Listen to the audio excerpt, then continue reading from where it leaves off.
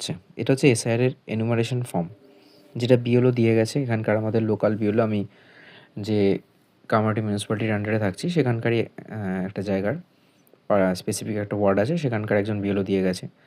তো এখানে দেখতে পাচ্ছেন যে ক্যান্ডিডেট আছে তার নাম ধাম সব কিছু দেওয়া রয়েছে, কিউআর কোডে বিএলও ডিটেলস আছে, এবং এই ফর্মে একটা স্পেসিফিক্যালি বলে দেওয়া হয়েছে যে কী কী করতে হবে না করতে হবে।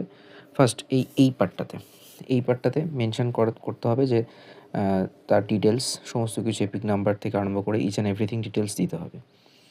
এবার যদি 2002 এর লিস্টে যদি নাম না থাকে, তখন তাকে এখান থেকে বাড়ির ডিটেলস, মানে ফ্যামিলির অন্যান্য মেম্বারদের ডিটেলস দিতে হবে। আর যদি এটাতে নামটা থাকে, তাহলে এই যে লাস্ট যে 2025-এর নামটা বেরিয়েছে সেখানে কি কি রয়েছে না রয়েছে তার ডিটেলসের কথা বলা হয়েছে। মানে এটা হচ্ছে আত্মীয়র বিবরণ, আর এখানে হচ্ছে সর্বশেষ এসআইআর এর নির্বাচক তালিকা থাকা নির্বাচকের বিবরণ। মানে হচ্ছে যদি নাম থাকে এবং লাস্ট যে লিস্টটা রয়েছে অর্থাৎ 2002 সালে যা রয়েছে সেখান অনুযায়ী এখানে সমস্ত ডিটেলস দেওয়ার কথা।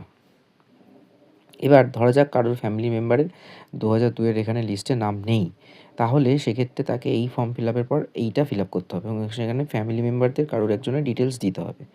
এবার ঘটনা হচ্ছে এটাই যে সিচুয়েশানটা ভালো করে বুঝতে হবে, যে যদি আমি এরকমভাবে একটু ক্যাপচারিং করে ধরি, তাহলে দেখা যাচ্ছে যে কি না, এই রেসপেক্টে যদি এই ফর্মটা ফিল আপ করার থাকে, এখানে 2002 কারোর নাম বাদ চলে গেছে, তাহলে 2002 যদি নাম বাদ চলে যায় তখন তাকে এই কলমটা ফিল আপ করতে হবে এবং এইখানে তার ফ্যামিলি ডিটেলসের, অর্থাৎ বাবার ক্ষেত্রে তার বাবা মা, এই মায়ের ক্ষেত্রে ধরা যাচ্ছে মা, মায়ের বাড়ির বাবা মা ডিটেলস আনতে হবে।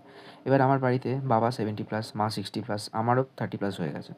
তা 2002 আমার নাম ছিল না ভোটে, তখন বাবা মায়ের নাম কাটা গেছে ধরে নিচ্ছি, তাহলে সেক্ষেত্রে বাবার এখানে বাবার ঠাকুরদার ডিটেলস দিতে হবে। ঠাকুরদা তো মারা গেছে 78 সালে, তাহলে তার ডিটেলস তো পাওয়া যাবে না, সেক্ষেত্রে জ্যাঠাদের নাম দিতে হবে।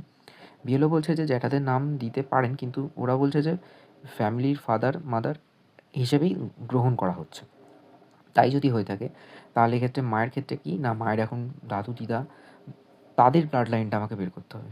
মানে নেক্সট টু ইম্পসিবল, আমাকে এখন খুঁজতে যেতে হবে যে আমার মামার বাড়ি, মানে যেহেতু মামার বাড়ির দিকের অনেকেরই আজ আর নেই, তারা এক্সপায়ার করে গেছে, তা তাদের সেই সময় কোথায় কি ভোট দিত না দিত সেগুলোকে আমাকে খুঁজতে হবে, তার ডিটেলস বের করে এখানে এপিক নাম্বারটা বের করে আনতে হবে।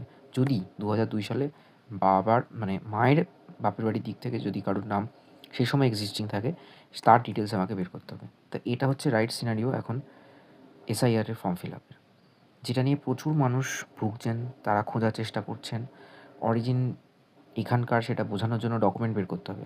আমরা 2002 সালের হিসেবে যাচ্ছি না, 1910 সাল বা তারও আগে এখানকার অধিবাসী। ঠাকুরদার